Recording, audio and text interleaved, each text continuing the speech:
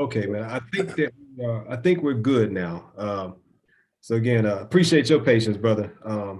And definitely those who are checking this out. But before we were so rudely interrupted, you had mentioned that growing up in Chicago, you came to D.C., took some classes with Nana Kwabena.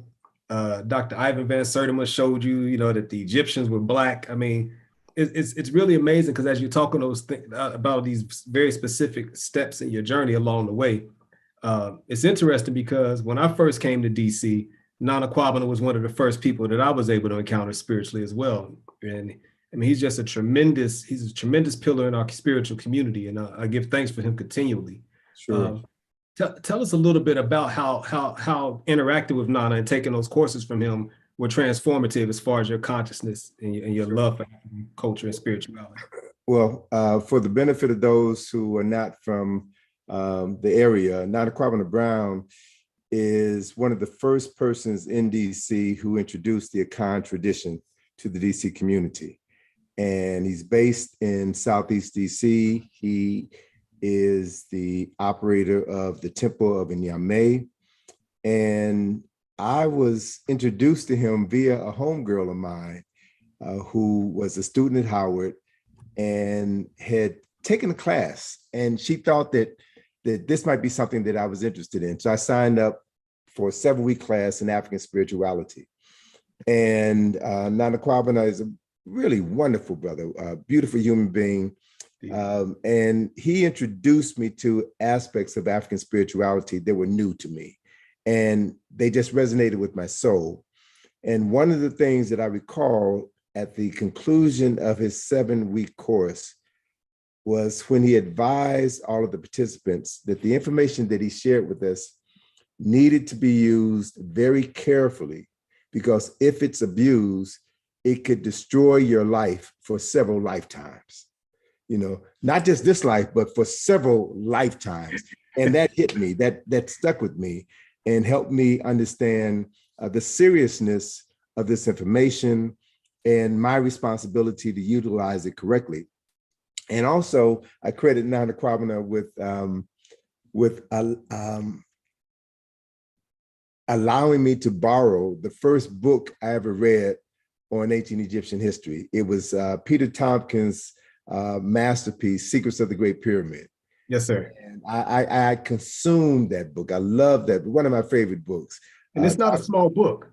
No, it's not. I mean, it's a serious publication. Yeah. And Tompkins, actually, man, just as an aside, Tompkins used to live in Northern Virginia.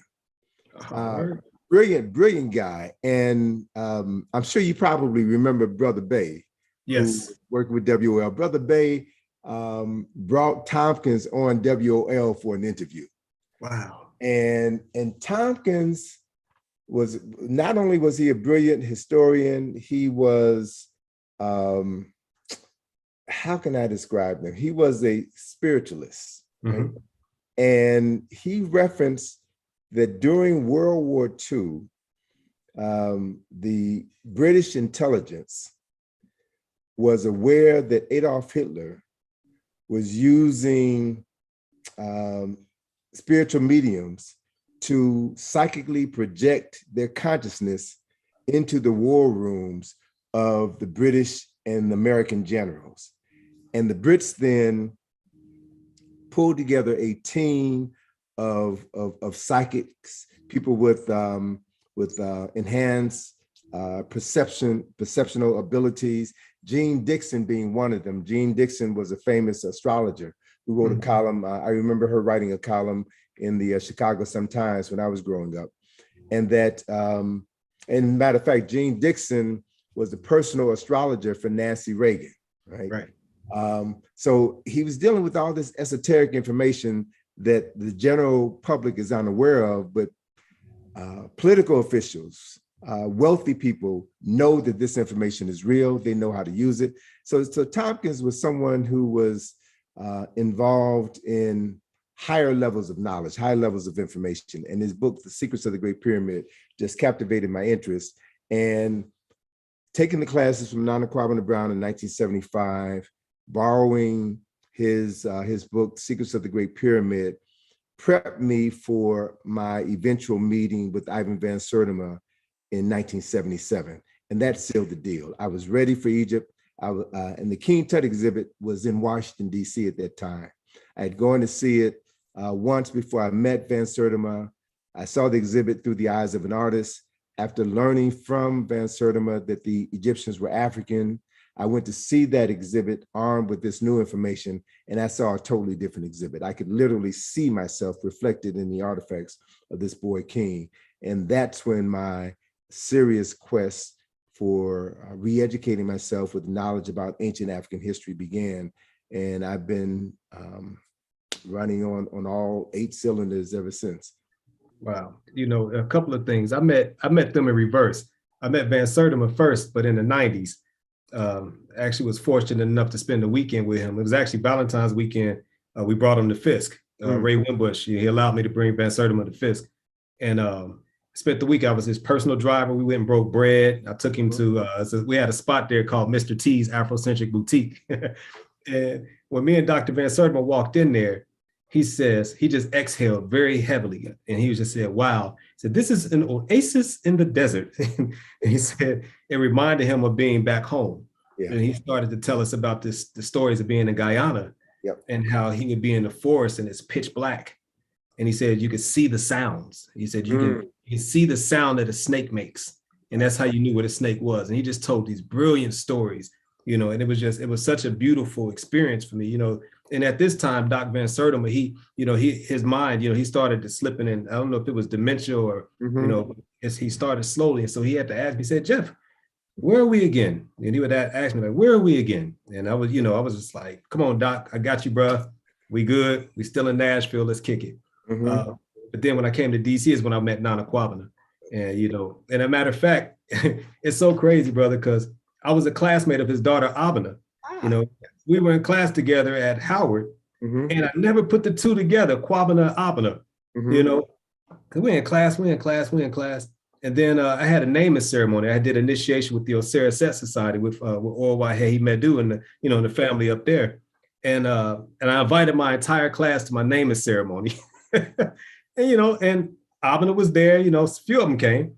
Sure. And then I later learned that her father was actually not a Kwabena. I said, oh, snap. And then I looked at her and said, that's why you were so comfortable in my naming ceremony. You know, it was a full-blown African ritual, you know, with the drumming and the deities coming down and everything. And she was right at home, and I wasn't able to put those two things together. Sure. One other quick thing, brother, about Peter Tompkins, because he's also the author of The Secret Life of Plants. Exactly. Peter Tompkins and Christopher Boyd wrote The Secret Life of Plants. Yeah. And, see, you're taking me back now. So PFW in the 80s had a program called Morning Reading. And it was conducted by a brother by the name of Kojo Olahunio and Brother Kalanji. And I was the very first study group I participated in the late 1970s was with these two brothers and a couple of other brothers. And because they were working at the radio station, I had become aware of The Secret Life of Plants and recommended that they read that book on the air for the morning reading. And one of the things that they did on the chapter on the Wizard of Tuskegee, George Washington Carver, they interviewed a professor at Howard who was a student of Carver's at Tuskegee. And he gave some background about Carver and his life and how he interacted with the students. So yeah, man, we've had some wonderful times here in DC, and another two more components with Van Sertima and Nana Kwabena Brown. So I credit Kwabena with putting me on this path. And so I had the opportunity this past summer to repay my debt to Nana Kwabena Brown. I tell everybody in Harvey, I am where I am right now because this man put my feet on the path. And so I had the opportunity this past summer to gift him a trip to Egypt. Wow. So, he was there with his 85-year-old aunt, his niece, and it was just part of this wonderful group that we had. And so it was as if the student is now become the teacher, and he's in a position now to take his teacher on a journey of discovery. So that was phenomenal. And I also had the pleasure of traveling to Mexico with Van Sertima in 1990 and 1991. 2 tours to Mexico back to back. He took us to the home of Alexander von Wutenow, who had at that time the largest collection of terracotta heads of Olmec figures in the world. We saw his private museum. I mean, it had some really wonderful experiences, and I've had the pleasure of traveling to Guyana on several occasions. And on one of my trips, I met a brother who was a classmate of Van Sertima. We both spoke at Georgetown High School, where they both attended high school, right? And the thing that's so interesting and so sad, very few people in Georgetown had ever heard of George G.M. James, who was born in Georgetown, or Ivan Van Sertima, who was born in Kitty, right outside of Georgetown. Even the instructors at the high school, the librarian at the high school had never heard of Ivan Van Sertima. So it just represents the tragedy of many of our scholars who have dedicated their careers to investigating African history and culture, and are forgotten, even in their homeland. I recall, and as you mentioned, during the latter years of Van Sertima's life, he was suffering from dementia. And I remember being with him at one speaking engagement and him telling me, almost on the verge of tears, that writing They Came Before Columbus in 1977 was the end of his academic career at Rutgers University. So the hatred for the scholars who teach these historical truths is real. Yeah. The effort to keep us mentally enslaved is real. And as a consequence of those realities, I'm compelled to do whatever I can do in order to educate whoever is willing to be educated and introduce them to the truth of who we are so that we can restore our proper place in the world. And what's the title that you go by as far as like cultural restoration? Well, so my background is in graphic design and advertising, right? I have no formal training as a historian, archaeologist, Egyptologist, public speaker, author, none of this stuff. So I do it, it comes from the heart. And so I understand the need to be creative in branding yourself. So in my latest incarnation, I am a memory recovery specialist. There you go, memory recovery specialist. Memory recovery specialist. And that's what a historian does. Yes. It covers the memories that have been lost, stolen, or made illegal. And yeah, that's an apt description for what I've dedicated, over 42 years of my life doing. Okay. And so you said that the hatred is real and that there's a concerted effort to keep those memories from being restored. Absolutely. And I've been to Benin, and there is actually this tree, the tree of forgetfulness, to where the plaque there says it was a ritual that occurred. And so before they would take the enslaved Africans out of Ouida and load onto the ships, they would make them walk counterclockwise around this tree for the purpose of putting some type of spell in to where the memory would be disrupted and they would no longer have a memory of from where they came from. So then they would be less likely to attempt to return home. They would be more likely to settle in to their new place and to their new identities.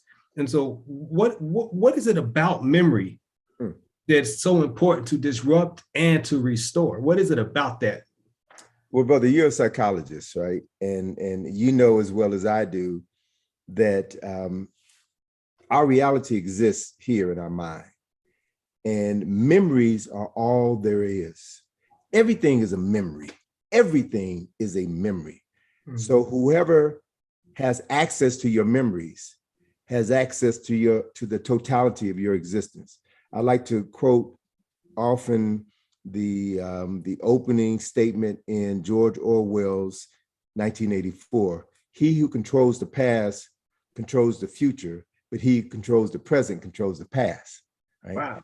So in the present moment, if you can erase people's memory of their past, then they're literally suspended in time and space, and they will become whoever you say they are. They will become niggas. They will become, hoes and bitches and all these things that deny their humanity, and they'll embrace that.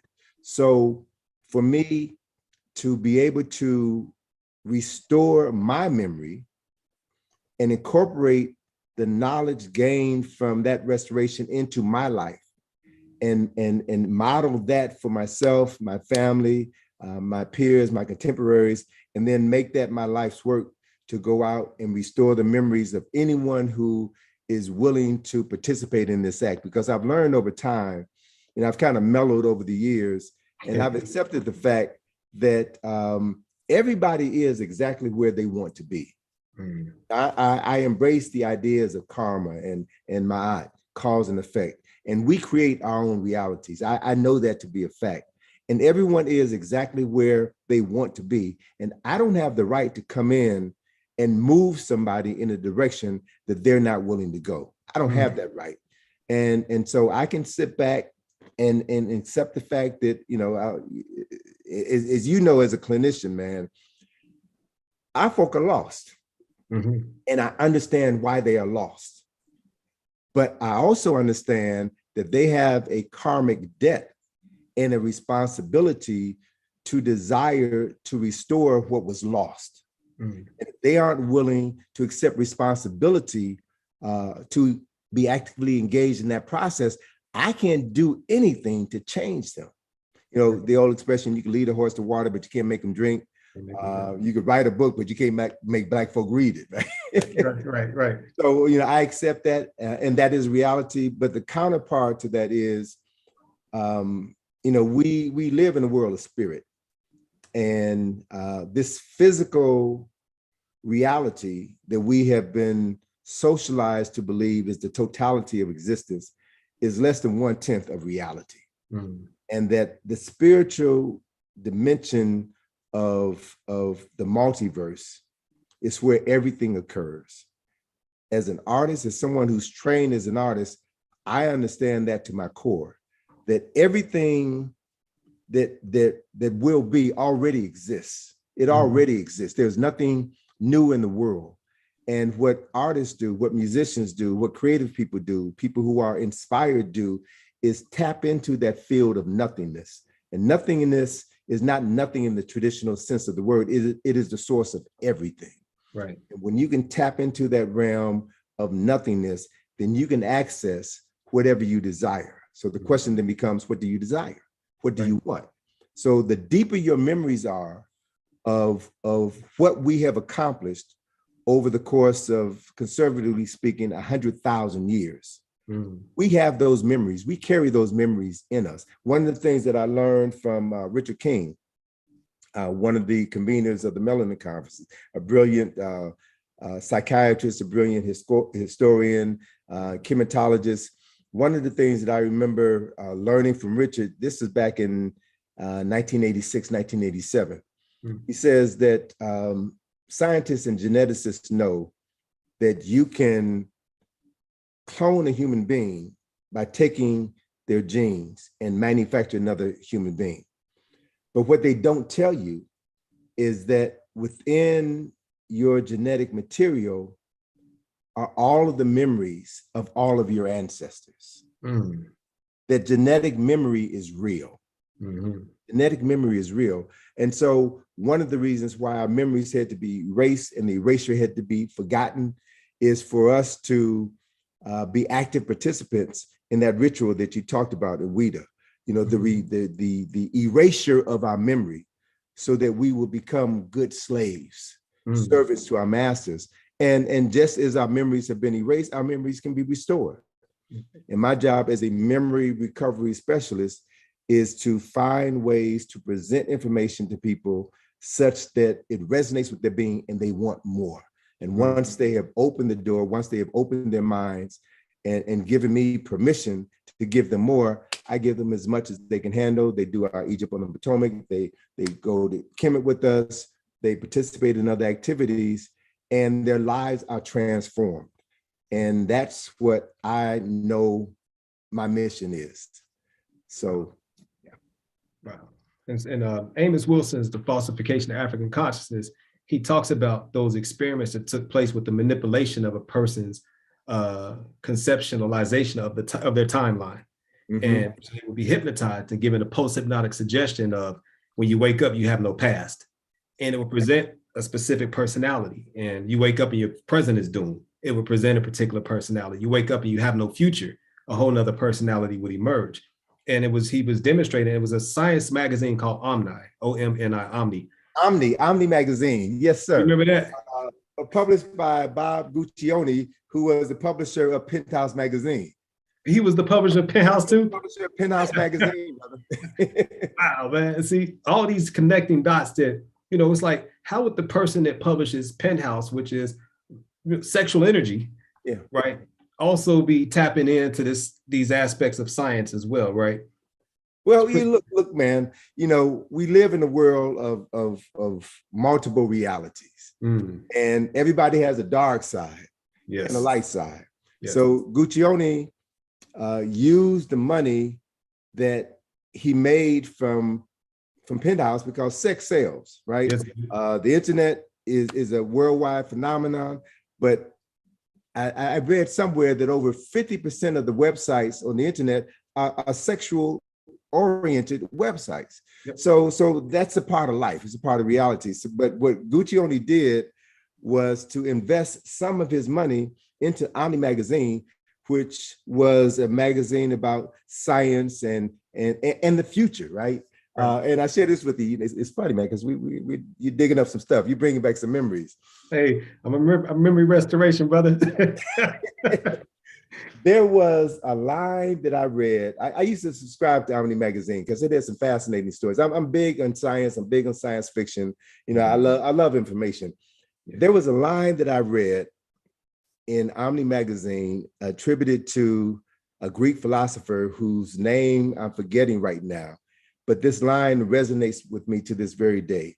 And it says, the most judicious trait that any person could ever cultivate, the best trait that a person could ever cultivate, is the judicious sense to know what not to believe. Wow. To know what not to believe. And when I look at where we are right now as a people, we are more confused now, more divided now than at any point in time in my memory. And a lot of that has to do with the fact that the technology that has been made available to us, that was developed first by DARPA, DAR, Defense Advanced Research Program. DARPA developed the internet for the military so that military computers could communicate with one another. And once the military saw how this technology could be used for civilian populations, they made it accessible such that it would distract and distort the consciousness of the general public. Mm-hmm. So as a result of a generation or two being immersed into social media, the internet, cell phones, and all of this stuff, people have short attention spans, and anybody with a microphone now is a commentator, has a radio program, is an expert on something that they know nothing about. And they only impress people who know less than them. So, this idea of cultivating the judicious sense to know what not to believe is more critical now than at any point in history, because we're literally being bombarded with foolishness and BS 24/7, 365. And as a consequence of that, those folk who know me know that I've been saying for the longest time that the majority of our people are not going to make it, right? And I've been throwing out some numbers. 10 years ago, I might have said that 95% of our folk are not going to make it because they're not mentally, physically, spiritually, or emotionally prepared for what's coming. But I've kind of dwindled that number down to maybe 2%. Wow. And it's just a reality. And I could sit comfortably with that reality, knowing that we have been sold a false bill of goods with the Judeo-Christian Islamic concepts of heaven and hell. I know based on my study of African cultural traditions, West African and East African cultural traditions, I know that our ancestors knew that there is no such thing as death. The body is temporary, the soul is eternal. The soul comes back into a new body to continue your life's journey. So I live my life. I've lived my life for the last 45 years with this understanding. And the things that I've done have reinforced this reality to me. Mm-hmm. Specifically, the 14 years that I've spent excavating tombs on the West Bank of Biloxi, going in and out of tombs, understanding the mindset of the people who created these structures and who were part of a 2,000-year continuum of creating these structures. They knew this clearly, and that our oppressors have hidden this information from us, convinced us that we were born in sin, convinced us that we have to, and because I'm with you, I can say it, convinced us that we have to believe in a dead white man on a stick for our salvation, and that heaven and hell is real. And I know beyond a shadow of a doubt that all of these are false narratives that were created in order to separate us from our authentic selves. So, it's more important now than at any point in history for those who are ready to be actively engaged in restoring their memory so that they can begin to fulfill, as Dr. Wilson would say, their cosmic assignment. Everybody was born, made a commitment in your prior lifetime to come back in this lifetime to do specific work. And when you recognize what that work is, you align yourself with the universe, man. And once you are in alignment with the universe, with Ma'at, with Newt, and all of these feminine cosmic forces, there's nothing that can stop you from fulfilling your destiny. See, and so what I'm gathering is this is far more than an intellectual exercise. It's intellectual and then some. He's speaking about it on the spiritual level. Going back to what you were talking about as far as the realm of nothing, the nothingness, right? Mm-hmm. That was made very real for me. I went to, under Dr. Winbush's guidance, I went to Gambia in undergrad. And I actually finished the book of Water and the Spirit while there. Yes. Oh my God, man. I finished it in the back of a cab. And when I closed that book, I looked at my driver. He told me his name was Bob. I said, Boubacar. He's like, I was like, man, you ain't Bob. Anyway, I asked him, did he go through an initiation? Did he have his rites of passage? Mm-hmm. And he said yes. And, so from that point forward, I was on a mission to experience an authentic African initiation. And I was fortunate enough to be initiated with the Jola there in Gambia. Mm-hmm. And then I took a trip a few years later to Ghana and was initiated with the Ebe. Mm. And when I tell you, Tony, that the stuff that I saw and the stuff that I experienced, it expanded the parameters of what I thought reality was. Exactly. It blew those walls back for me. And it's like what you were saying, being able to tap into that nothingness and bring any and everything out of that space. Mm-hmm. And so when I moved to DC to go to Howard, I made a vow that I had already had the Medu Netter, volume 1 and 2. Then I had the book, The Afrocentric Guide to Spiritual Union by Ra Nefer Amen. And I was on a mission. I saw in the book that there was a spot in DC. So I'm up at Howard. We were having a grad school meeting or whatever. And I had the Afrocentric Guide to Spiritual Union. I was reading it while I was waiting on the meeting to start. And the sister said, "Where I know you from?" And I said, "I don't know. You do look familiar." Found out later she was in Nashville at the same time we were. Okay. But she pointed to the book. She's like, "From there?" I was like, "Nah, but where is there?" And so she told me that's when we're up on Georgia Avenue. And when I tell you, man, I found my way up there. I fell into a ritual, and it was a Sebek ritual. And, the sister that opened the door is Sheket Amsa Masut, the wife of Shekem Tepra Amsa. And she answered the door just pleasant. "Hey, welcome," just sweet, pleasant. Man, when I tell you we got into that ceremony, man, and she carried Sebek, she taught me total personality shift. And I'm telling you, it just gradually began to show me that we are exactly who you're saying that we are, brother. Mm-hmm. And just when you were talking, I was thinking clinically, because it's kind of the same thing, is where we get consent on the front end. A person comes to us when they want help. They will come to us when they want their memory restored, when they want their identity healed, when they want their mood and emotions smoothed out, right? And it's the same type of thing. And ethically speaking, we don't take a person any further than what they're ready to go. you know, and it's just a phenomenal process that you're describing, man. Mhm. You mentioned Dr. Wells, and of course I was going to get to her at some point. There's a correlation between Dr. Wells and your actual mother. What's the correlation there? Like the same birthday, and what is Yeah, it? they both were born March the 18th, 1935. My mother was born in Alabama, but moved to Chicago when she was about 5. Dr. Wilson was born in Chicago. Dr. Wilson finished undergrad, came to Howard for medical school. My mother moved to Washington, D.C. in the mid 1970s, and they both died in the D.C. area. Dr. Wilson was like my spiritual mother. She was, a beautiful soul, man. Just a beautiful soul. As a matter of fact, and I can share this with you, man. Pisces, something in my spirit has drawn me to Pisces women. Okay. So there's a karmic lesson that I needed to learn. And my mother and I in the 90s consolidated households. And I was having a challenging time dealing with my mother. And so I reached the point where I called Dr. Wilson and said, look, I need to talk to you. And we had several sessions, and I have no problems acknowledging the fact that I went to see a psychiatrist to help me negotiate a difficult period, a challenging period in my life. And Dr. Wilson gave me the keys to resolve these issues and cultivate a meaningful and lasting relationship with my mother.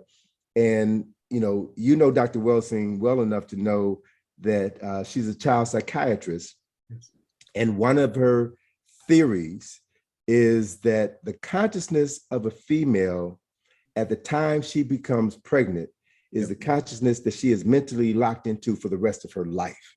Yes, sir. So we talked about that. And once I really internalized the significance of that statement, I knew that whenever I was having difficulties trying to have a meaningful conversation with my mother, who at that time was maybe in her late 50s, early 60s, and the conversation would go south, I realized I'm talking to the 15-year-old Ann Browder. She was 15 when she was pregnant with me. Right. Once I realized that's the personality that's front and center now during this particular conversation, then I'm going to withdraw from the conversation and wait until the 65-year-old Ann Browder is present. Wow. And we can move the conversation forward. So, going to someone who is skilled in understanding how the mind works and can help you negotiate difficult periods is essential, because we all are psychologically damaged, emotionally damaged. We all are. Every person I know has some degree of craziness that's running through their lives. But we can manage the crazy. Right. We can manage the crazy. And that's part of what this whole thing is all about, man. We all have, and correct me if I'm wrong, we all have multiple personalities. And each personality is a different spirit that's around us, a different ancestor that, and I'm just, building on something that Richard King has shared with me, that we carry the memories of our ancestors with us. And what dawned on me, man, is that, I have the spirit of my grandmother in me, who introduced me to spiritual traditions. I have the spirit of my grandfather in me, who introduced me to creativity, right? And I know when to call on my grandfather in order to help me accomplish specific things. I know when to call on my grandmother to give me spiritual comfort, right? And so I do that. I call on these ancestors. And so there are also other ancestors who are part of our being who we may not know. Right. So to be able to recognize when you're feeling a certain way and acknowledge the fact that, no, I'm not comfortable with these thoughts. I'm not comfortable with where I am right now. And I make a conscious choice to put these thoughts aside and redirect my attention on thoughts, on personalities that I know will be beneficial to me at this particular point in time. So to be able to manage, this house that holds your spirit, to be able to manage these spirits that move through us is essential to us reaching our full potential as human beings and fulfilling our cosmic assignment. Yes, sir. We're getting a little metaphysical, but I like to do that. I mean, that's part of my being as well. So it's good therapy. Yeah, man. It's really deep though, because I'm teaching theories of personality actually at Morgan, and I teach the Eurocentric perspective as well as the African-centered perspective. And as I was teaching the course, I began to understand and realize that, well, our Orisha, the Neteru, the Abosun, all of the Lua, all of the different deities, so to speak, I came to understand that they're actually personality types, and like you say, they move in and out. And so if we need the personality that's more fiery, that's more courageous, that might be more aggressive or assertive, we know how to chant a particular chant that evokes that particular energy, and we literally take on that personality. And in the Western model, it's more of an individualistic approach, of course, to where you have this personality is relatively the same throughout your entire life. And then when you start to deviate from that, what they call this locked in personality, now you start to manifest pathology, right? And when you have it from the African-centered perspective, it's like, no, it's like what you're saying. No, you have these other aspects, and it's in your best interest to master as many of them as possible. So then they become conscious and intentional shifts as opposed to triggered against your will shifts. Yeah. Right. And when I orient the students that way, they just sit back like, oh my God, it's like what you're saying. It's more than just intellectual information being imparted. It is literally a reclamation of a part of their being. It's awakening of some of that, what you call genetic memory, right? It's realigning certain things for people. And I think that if we understood better as a whole, that these aren't intellectual exercises, that these are actually tools of empowerment, I think more people would be more apt to choose to get on this journey of waking up. And they have to be trained, man.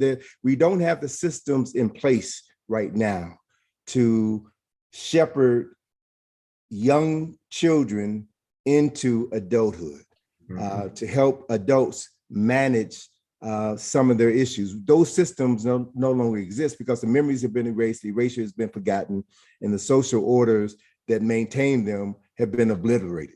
Right. So we're doing the best we can to pull the fragmented pieces of our soul back together again so that we can heal and move forward. So to that end, man, I want to encourage everyone who's listening to get a copy of Malidoma Some's book of Water in the Spirit, because like you, when I read that book, I said, if 1/10 of what this book is real, it means that we need to re-examine everything that we everything.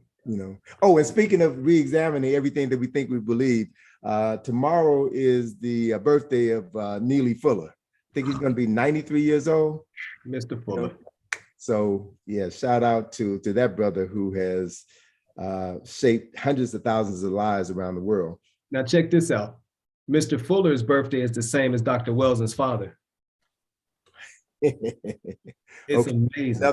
Enough said. It's amazing. I mean, I owe so much to Mr. Fuller and Dr. Wells. And I mean, I met both of them in Nashville initially, and Dick Gregory, and then moved to DC. And you talk about the beauty of living in DC. It's like, you'll pull up at a traffic light and Dick Gregory be in the car next to you, or you in the grocery store, hey baby, or you see Dr. Wells and giving her free lectures and workshops at Howard, or she's at the Thurgood Marshall, but and Mr. Fuller, it's Chocolate City, and Benjamin Banneker knew what he was doing, with the energetics of it, and the other people that were the founding, fathers of the nation, helped to lay out the city and all that. They knew exactly what they were doing with the energy that's there present. One thing I wanted to say before we move on too far, I mean, man, there's so much, I know time is not on our side, especially with that technical difficulty at the beginning, but brother, a lot of people don't understand that healing aspect of Dr. Wells. A lot of people, they know her for her theories and the race and racism conversations, but a lot of people have never explored her as the healer that she actually is, being a child psychiatrist, but she was third generation physician, She had an auntie that she described as a whirling dervish, said that she would go out in the field and would spin. And then when she stopped spinning, she was aware of which root or herbs to pick to deal with an ailment that one of the children, Dr. Wells included, was experiencing. And a lot of people don't know that part of her. And, being in DC and as close to her as you were, and as close as I was able to get with her, it was a whole nother vibe. And, when in the book, Osiris papers. Yeah, when I was sitting and meditating on what contribution I was going to make, it came to me to just talk about her as the physical embodiment of Auset, of that nurturing Auset energy, the embodiment of that Neteru. And it goes back into what you were saying about the personality. It's like we have these personalities, we have these God level energies that we're able to manifest in our day-to-day walking lives. Yeah. What's so special about DC are all the souls that gravitated to this place, man. So thinking about Dr. Wilson, you can't help but think about Segmet, Dr. Patricia Newton. Yes, Dr. Can't help but think about Dr. Edwin Nichols, right? Yes. Can't help but think about all of these significant people here in the nation's capital who have made incredible contributions to our advancement as a people. And unfortunately, most people in the world don't know anything about them, have never heard of them. Right. So we've been blessed, brother. We've been blessed to live in the DMV. Yeah, I mean, yourself in the circles that we've run in. Yourself as well. Let me fast forward a bit. You know, I'm trying not to look at the clock and feel some way about it. But look, check it. So you recently went to Ghana. You know, we're talking about, you know, this legacy piece. And you were installed. And, you know, I want to bring Atlantis into the conversation. Your daughter, you know, she wrote a book, her first trip to Africa, you know, 7 years old. How old? She was 7 when she went to Egypt and 8 years old when we published the book. And full circle, when I you know, you sent me the pictures when you got back, you know, you're in Stuhlman. The first thing I recognized, like, wow, he's there with Atlantis. You were able to do this with your daughter. And to me, that was the dopest part of the whole thing. You made a statement, Tony.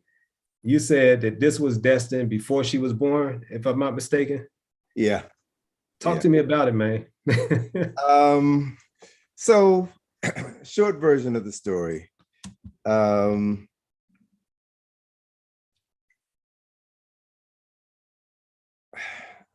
don't know.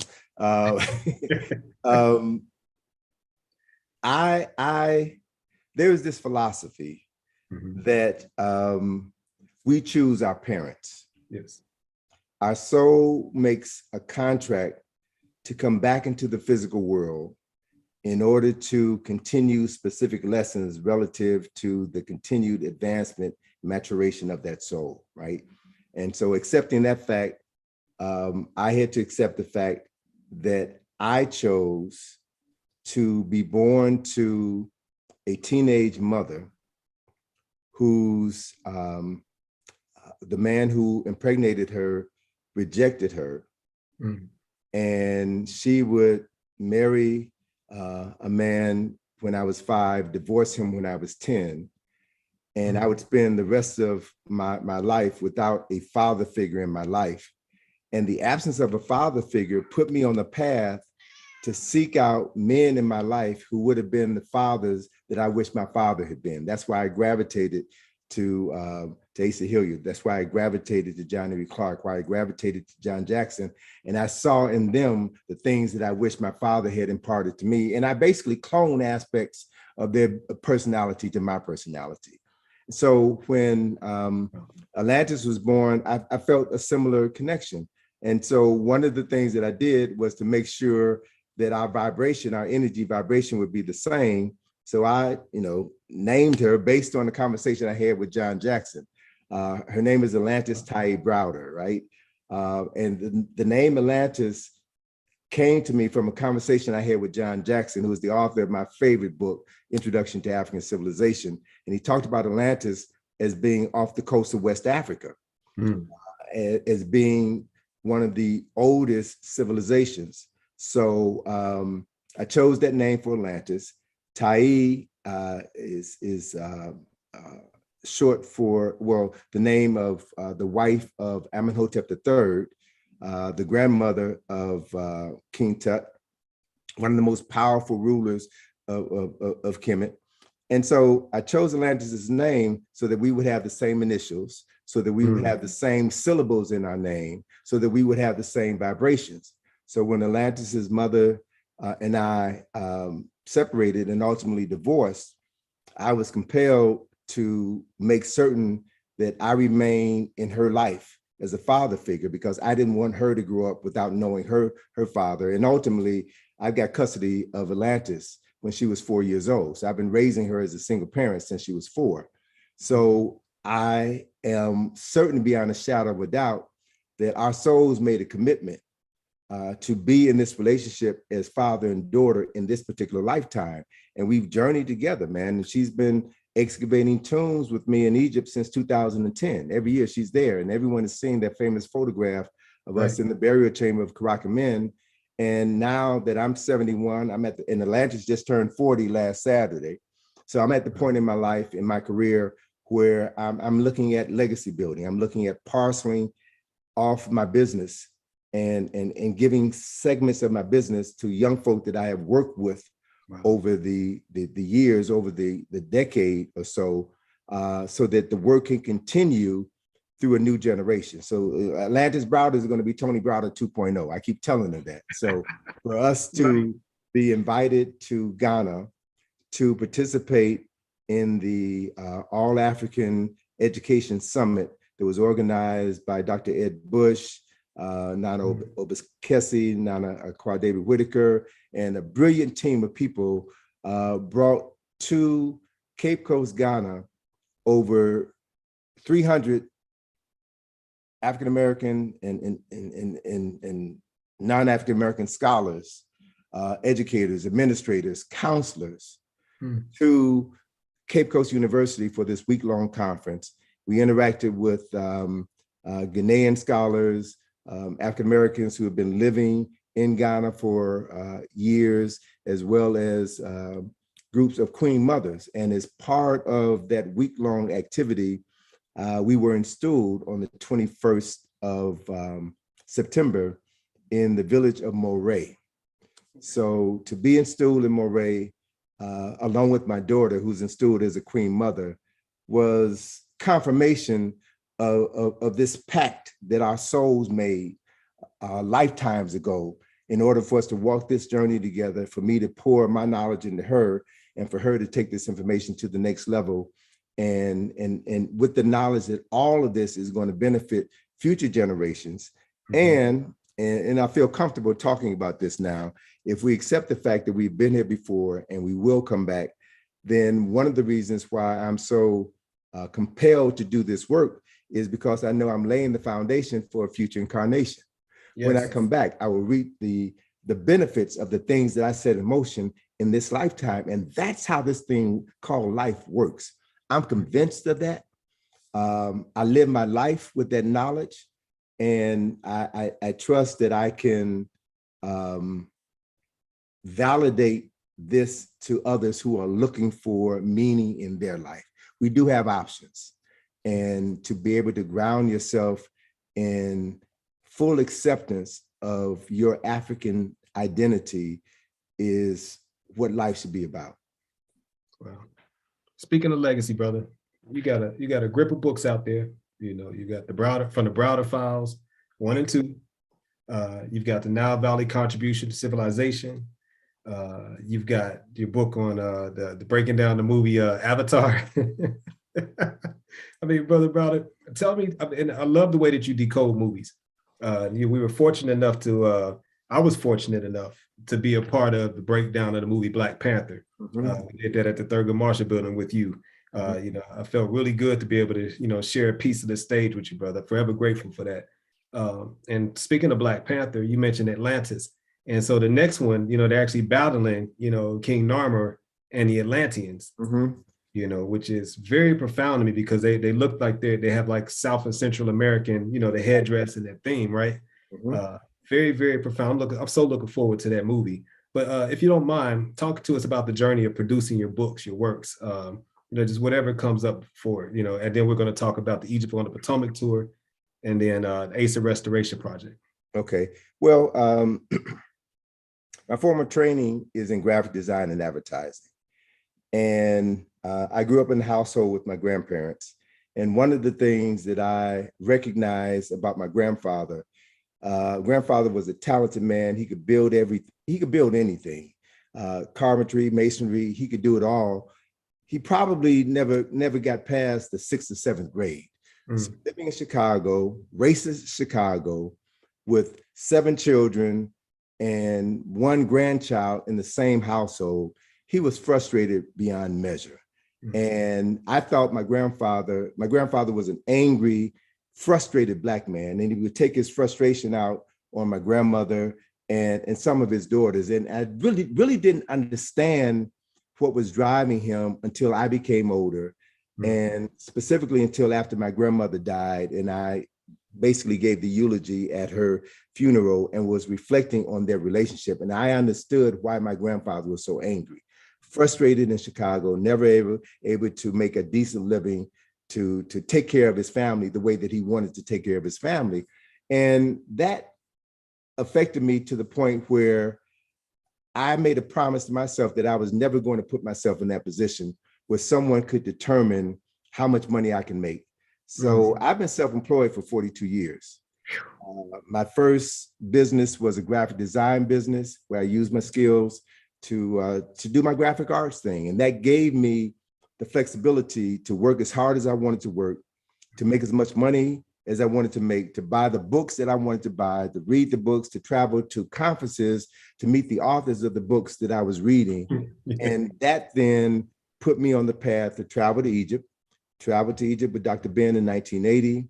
1981, January of 1981, I gave my very first lecture in Lee Cook's house, who's now Sheikh Urwa, right? Yeah. And gave my very first formal lecture in DC in May of 1982 at WPFW. Man, right? I was 2 years old, 3 years old, and 5 years old. God. So I started IKG in February of 1982. So IKG is 40 years old. I closed my graphic arts business in 1987 and dedicated my time and energies to IKG, full stop from that point on. But what really put me on this path was channeling my grandfather helped me understand creativity, helped me understand what I shared with you earlier about nothing is the realm of everything. Right. And once I understood that, I realized that the only limits I had on myself were the limits that I placed on myself. So without knowing that I couldn't write a book, I wrote a book. Without knowing that I couldn't publish a book, I published my own books. Without knowing that I couldn't do tours to Egypt, I started doing tours to Egypt. Without knowing that I couldn't lecture, I couldn't do all the things that I've done, I did it knowing that this was something that I wanted to do. And I was able to call down, from the creator, from the ancestors, the energy to manifest my desire. So that's how I've lived my life and done the things that I've done. I don't even remember if I answered your question. What was your question? No, you're answering it. So Egypt on the Potomac. Yes, sir. How did you come up with that, man? That's a brilliant tour. I mean, it's beautiful. And again, thank you, brother. For y'all that don't know, I got Brother Browder to come out of retirement and do a tour for the Sankofa homeschool community. And so it's a homeschool community, brilliant community ran by beautiful sisters and brothers. And we took the kids on the tour, the Egypt on the Potomac tour. Again, shifted their world, brother. How did you come up with that concept? Well, when I was in high school, I had aspirations of being an architect. So my last 2 years of high school, I took drafting and architectural courses. Chicago is the home of architecture. The very first skyscraper was built in Chicago. The very first elevator and the first skyscraper was in Chicago. Chicago has some of the most magnificent architecture in the world. So I grew up in this environment. I went to high school in Oak Park, Illinois, and walking to high school every day, to and from high school, I walked past two Frank Lloyd Wright buildings. So Frank Lloyd Wright was one of the premier American architects. So I was inspired by the detail, the creativity, and I wanted to be an architect. My freshman year in college at the University of Illinois, I majored in architecture. But then when I was ready to leave Chicago, I decided to come to Howard and I changed my major to design. So in my heart, I'm an artist. I'm an artist who has a profound appreciation for architecture, for buildings, for what goes into the construction of buildings, the construction of spaces around buildings. And so when I became interested in history, specifically Kemetic history, what my skill is, and Asa acknowledged this years ago, my skill is I look at history through the eyes of an artist. And I can break down the symbolism in a structure. And as Lynn Jeffries, said, I read a building like a person reads a book. So I can look at it and I just know, right? I just know. So I had come up with this. I had come from my second trip to Egypt in 1985 and was still on a high of having gone to Egypt twice. And as I'm walking around DC, I'm having flashbacks of Egypt, looking at the Washington Monument. I go to Meridian Hill Park and I see things in Meridian Hill Park that reminded me of things that I'd seen in Egypt.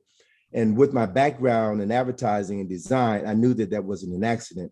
Right. So I began researching the history of the layout, design, and development of Washington, DC, and what was originally known as the Afrocentric Tour of Washington, DC was created in 1986. Okay. And that was the beginning of the process. And then I rebranded it in 2005 as Egypt on the Potomac Field Trip. So that is, my ability to tap into creativity, my ability to look at things that everybody sees, but see something different about it, with the knowledge gained of Nile Valley architecture, Nile Valley history and culture, the knowledge that I gained from Nana Kwabena about African spirituality. I open myself to spirit and I hear things, I see things, I feel things, I know things. Yeah. And I allow that process to work with me. And as a consequence, I have produced everything that I have produced as a result of my being in alignment to that process. And the process speaks for itself. Yeah, dude. Yeah, dude. And you've been able to duplicate yourself because now you have other people, your proteges are actually running the tour. Matter of fact, one brother texted me today, he's interested in doing research in Alexandria. Oh, the Quayle, yeah, Quayle. Yeah. Just got his PhD from Howard in the psychology department, man. Yeah, that's what he was saying. Last December. That's what he said. He said, you probably need to see me to remember you. He said he just finished in counseling. Mm-hmm. He said he just realized I left from Howard and was at Morgan. I was like, man, I've been at Morgan 12 years, brother. But yeah, so he's got some interesting research. And I did not know that he's the grandson of Benjamin Quarles. Absolutely. Who taught at Morgan, right? Yeah, man. Chair of the history department. Mm-hmm. Beautiful, man. I was like, and that legacy just continues. He's got his grandfather's fire, that quest for knowledge, that quest for historical recovery. Mm-hmm. I mean, it's just a beautiful thing what you're doing, brother. I mean, I've been watching for a while, your Wisdom Wednesdays where you're putting people on, you allow people in the community to come and share their knowledge. Not only that, but you have employed and inspired younger generations to come in and do the work with you. I mean, that you got something good when you can hand it off to somebody else. You can trust somebody else to walk your baby down the street like that. And I mean, I commend you for that, brother. Watching the clock, let's talk about Asa Restoration, named in honor of the late, great Asa Hilliard. Tell us about that, man. Let's see. Yeah, I know. Like, where to start? When did I first meet Asa? I think I probably met Asa at the Nile Valley Conference in September of 1984 at Morehouse, a 4-day conference. Wow. And it was at that conference that I realized what I wanted to do in my life. I saw this phenomenal array. I met Charles Finch at the conference. I reconnected with Van Sertima at the conference. I met Runoko Rashidi at the conference. I met Naeem Akbar at the conference. I met all these brilliant scholars. Yeah. And as I sat in the audience and watched presentation after presentation after presentation, I said two things. One, I want to do that. And two, I want to create an opportunity to bring some of these same people to Washington, D.C., so that the people in my community can experience what I have experienced. So 1987, Memorial Day, 1987, I did my first Free Your Mind lecture, which featured Asa Hilliard. Nice. And we brought in Asa, I think the second speaker, and then we were doing lectures on a monthly basis. So Asa, Naeem, Hunter Adams, and Ed Nichols were the first 4 people in the program. Wow. So we brought in, all of the great scholars we were able to bring to DC. And that program ran from 87 till about 92, 93. And then it morphed into Wisdom Wednesday. and it evolved into the Metamorphosis conferences. But Asa was my rock. Asa at that first Free Your Mind lecture, Memorial Day, 1987, started his lecture talking about 10 things that contribute to why people of African ancestry can't work together. Wow. And then he built his lecture around those 10 things and how we can neutralize those 10 things. So when I wrote the Browder file, I asked Asa if he would write the introduction. And I specifically asked him if he would incorporate those 10 things into his introduction. So Asa said, yeah, man. And Asa's name on that book, when it was published in February 1989, is what has made that book a perennial bestseller. Because at that time, nobody knew Tony Browder, but everybody knew Asa. Everybody, yeah. You know, and so that book has been a game changer. So I owe Asa for helping to consolidate the path that I've walked. The study tours that I do to Egypt were modeled after the study tours that Asa did. I went to Egypt with Asa about 4 times. And I just like Asa's comportment. I like his demeanor. I've never heard Asa say anything bad about anybody in my life. He was the kindest, one of the kindest and gentlest souls I ever met. Gentle giant. He and Dr. Clark were like cut from the same cloth. And I love both of those men. And so when Asa died suddenly in Egypt on the 13th of August, 2007, it broke my heart. And as I'm dealing with my grief, I needed to find a way to honor a man who meant so much to me. And that opportunity came in July of 2008 when my best friend in Egypt, Abunaga Gabriel, introduced me to Alina Pistakova, who had just rediscovered these lost tombs of South Ossetif. And she gave me a private tour of her work. She was 2 years into the excavation. She had run out of money. And I could hear Asa in one ear saying, Tony, you know, this is what you were prepared to do. This is why we walked with you, brother. You need to move on this. I hear Dr. Clark saying, don't worry about, you know, raising the money. A way will be made for you to do this. And I just told her that you know, I'll raise the money and we'll make sure that this work continues. And the Asa Restoration Project was born on September the 21st, 2008. And we have, over the past 14 years, we've raised in excess of $1 million. Nice. To fund this work at this site. I'm not a fundraiser, but you know, I've been doing it. I'm not an archaeologist, but Alina insisted that that I come and work at the site. That I can't just, you know, I can't just give money. I need to be there because this is a team effort. And you know, I really have come to respect Alina, her dedication, her knowledge. She's opened me up to a whole new world of knowing. And, you know, and I'll share this with you, brother, because as you well know, it's not easy doing this work. And one of the things that initially disturbed me was when the members of our own community castigated me for working with this white woman, accused me of giving money to this white woman. And I had to mentally step outside of that in order for me to continue this work, because I realized that they're only looking at one slice of this situation and they don't see the whole picture. They don't see what I see. And what I can say now, 14 years into this project, that we have literally helped to rewrite the history of Kemet.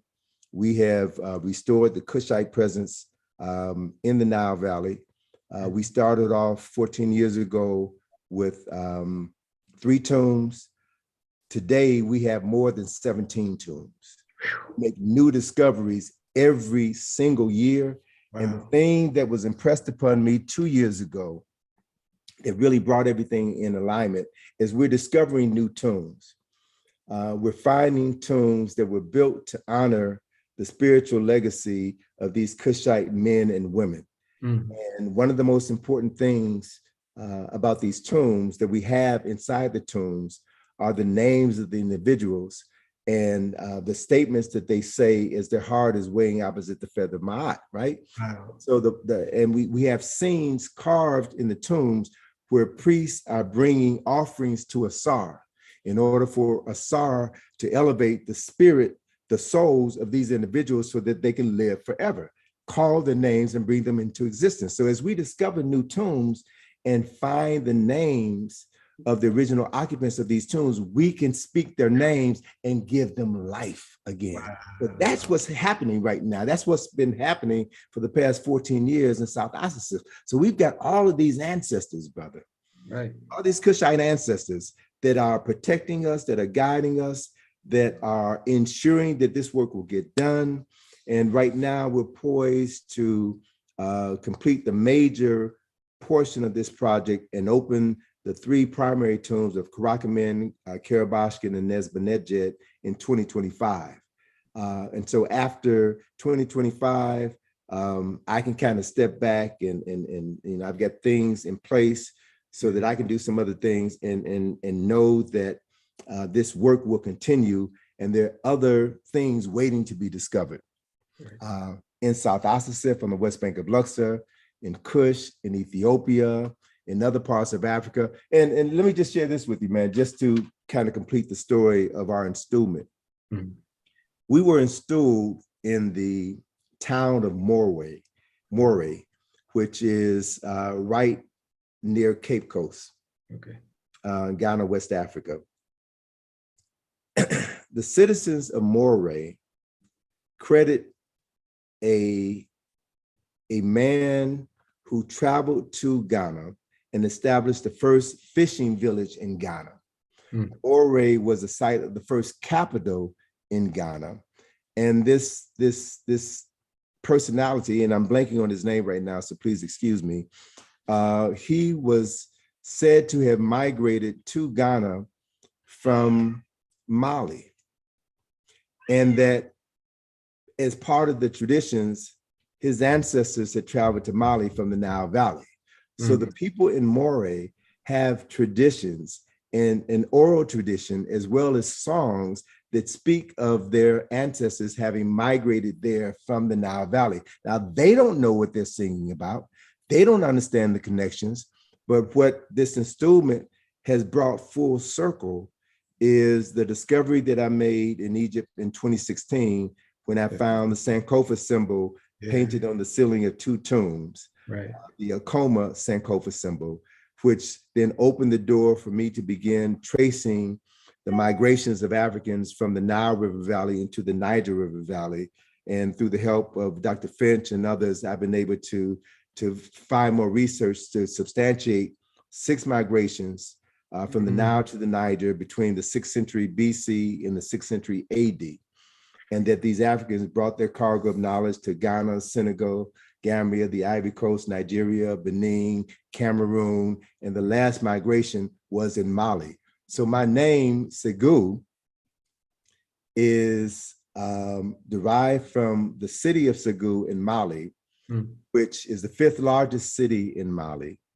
And as I was researching that city and my name, I found in Wikipedia a listing for Segu, and there's a photograph of a roundabout in the city, in the center of the city, and in that roundabout is a Tekken, right?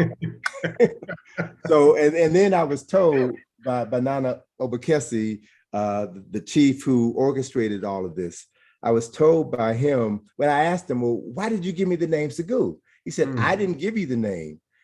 Priests in Moray, who I've never met, who I have yet to meet, selected our names based on our vibration.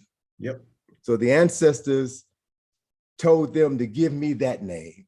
And so what I see as my primary responsibility as a chief in Moray is to do the research to uncover the connections linking Africans from Ghana to Mali and from Mali to the Nile River Valley, and build on those connections, strengthen those connections so that we can establish a firm link between East and West Africa. And the other important part of this is that I also realize that since African Americans were taken from West Africa, were taken from Mali. You mentioned Benjamin Banneker. Benjamin Banneker's grandfather was a prince, was a Dogon prince. Yep. So I don't know how Thomas Jefferson and George Washington knew that, but they knew to hire Benjamin Banneker to do the celestial observations to lay out the 10-mile square that became Washington, D.C. So the pieces of this puzzle, brother, are fitting together perfectly. I don't know where it's going, but I'm enjoying the journey. Yeah. And, wow. you know, it's great to be able to have this journey with my daughter and to be able to share this journey with you know, every Black life that matters to me. Right. So a couple quick points, man. You talked about the whole naming process. So I actually learned about naming from, you know, you mentioned Lee Cook earlier when you did your first talk was at his house. Right. You know, he actually literally wrote the book African Names, you know, showing the spiritual process of divination to show, you know, the life purpose of the destiny, the reason for the person being here. And then you name them according to that, and which is what the priest actually did, you know, on your behalf while you were there. And also, did you get a chance to check out that Yikwe Armor book, Osiris Rising? Not yet. I have it, but I've gotta dive into it. You're gonna see, man, it's amazing. I think it was either Mali or Ghana where they were, but they were in search of some tablets from Egypt that came in one of those migrations, and they had stored them. Somebody was stored them in the ground, in the floor, and they were coming to see them for themselves. It's a beautiful story. Okay, so Brother Browder, you know, I'm not gonna keep you. I know you already missed Star Wars, huh? No, Star Trek, the next generation. So okay. So real quick, pleasures. Hey, we got plenty of them, but we need them. You know, doing all this heavy lifting that you do. Absolutely. So real quick, if you don't mind, tell people how they can get in touch with, you know, IKG, get their hands on your books, Egypt on the Potomac tour, all of the wonderful things, the trips to Egypt. How can they find out more information on that stuff? Everything that we do is located on the IKG website, which is ikg-info.com, www.ikg-info.com. And the latest project that we have in development right now is the domestic application of the Asa Restoration Project that is being done through the auspices of the John Henry Clark Enhanced History Project. That project is scheduled to be completed in December the 10th. Okay. Is the date that we've established for the completion of that project. And just briefly, the John Henry Clark Enhanced History Project is my response to what I saw as some of the shortcomings in the National Museum of African American History and Culture. Phenomenal museum, an incredible architectural model that begins our story in the basement in slavery. Right. And it doesn't talk about who we were before our world was turned upside down. So the John Henry Clark Enhanced History Project was designed specifically to give the backstory or the origin story to the National Museum of African American History and Culture. It covers 8,000 years of African excellence and success. So we've got a 25-foot long mural that we showcase on the 10th of June. That's on the second floor of the Thurgood Marshall Center. And we've got other exhibits that we will install in the Thurgood Marshall Center. We're redoing our Egypt on the Potomac displays. So we'll have on the second floor of the Thurgood Marshall Center a permanent exhibition that will highlight who we were before the Ma'afa, before our world was turned upside down, and our presence here in the nation's capital. The fact that Egypt has been rebuilt on the Potomac. And I am certain beyond a shadow of a doubt that, and I'll share this with you. This is another interesting aside that I got from, what's Harry's last name? I'm forgetting the name of Harry, brother who passed a couple of years ago, but he was one of the principals involved in the African American Civil War Museum. So Harry Edwards, I think it's Harry Edwards or Harry Jones. But anyway, this brother knew the Civil War like I knew Kemet. Phenomenal speaker.